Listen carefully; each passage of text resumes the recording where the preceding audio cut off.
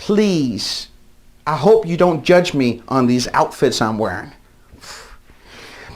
This next section is full of legal language that is more confusing than it is helpful. But in a nutshell, it tells us whose responsibility it is to enforce the FDCPA. So let's take a quick look. 814, Administrative Enforcement. Compliance with the FDCPA is enforced by the Commission, which is short for the Federal Trade Commission, also known as the F.D.I.C.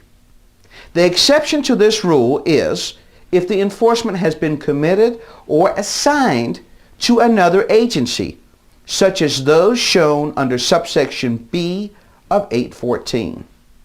For instance, national banks violating the FDCPA will be handled by the Office of the Comptroller of Currency. Banks that are members of the Federal Reserve System, other than national banks, will be handled by the Board of Governors of the Federal Reserve System. And banks insured by the Federal Deposit Insurance Corporation, also known as the F.D.I.C, are handled by the Board of Directors of the F.D.I.C. And the list sort of continues. The text and language of 814 is not very friendly to the layman's eye, especially not mine. And it could be a bit complicated to understand.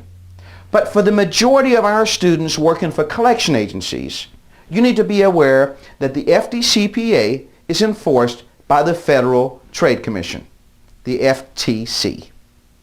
If you have any questions about this section or you're unsure under which category you fall, you should talk to your employer or to your employer's lawyer.